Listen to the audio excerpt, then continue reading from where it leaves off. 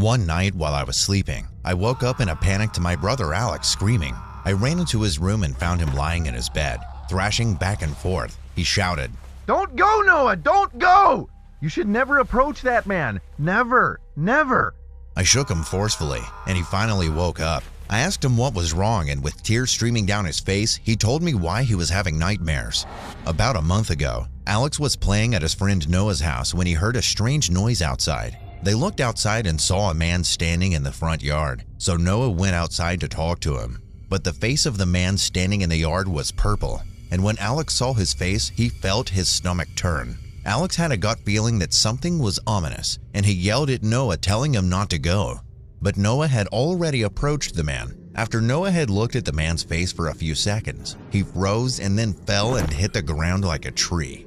Alex was shocked and shouted, "What happened?" Noah collapsed on the ground, convulsing and gasping for air. The purple-faced man laughed wildly, put his face right up to Noah's, and taunted him. As Alex watched the man from behind the window, he felt an extremely bizarre emotion and fear welling up in his chest. He called out to Noah, but he continued to lie on the ground, clearly in pain. He realized nothing was working and called 911. However, by the time the police and rescue teams arrived, Noah had already stopped breathing, and the purple-faced man had vanished. Later, doctors performed an autopsy on Noah's body, and they found that the cause of death was determined to be a heart attack. However, his body was uninjured, without any cuts or bruises, and no harmful substances were found in his body. The doctor said something had damaged Noah's heart, but the cause of damage was unknown. The doctor was perplexed, saying it was his first time seeing a case like this.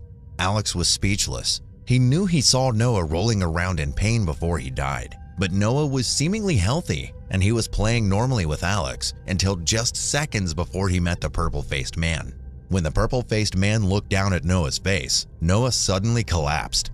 Alex told this to the police, but they didn't listen to him. From that day on, Alex suffered from tremendous fear and guilt. But sometime later, he heard even more shocking news. Within 3 days of the original incident, 3 more people had suffered heart attacks in our neighborhood. Among them, 2 died and 1 survived. Shockingly, they all were reportedly seen near a purple-faced man before collapsing. One of the men who survived said this: "The moment I saw that man's face, I felt my heart tightening like crazy. I don't know why. That man's eyes were full of hate, cold as ice, and that smile that smelled of blood. As soon as I saw that face, I couldn't breathe. My whole body felt weak, but I intuitively knew that I could survive if I got as far away from that man as possible. So I crawled away with all my might. But the man came after me and put his face right up to my nose and laughed. He told me to look at his face, and I squeezed my eyes shut. Not seeing his face made the pain a little better. But this time, his laughter. The moment he started laughing maniacally in my ear, my heart tightened again. I closed my eyes, covered my ears with my hands, and crawled like crazy. Then my neighbors found me and the man ran off.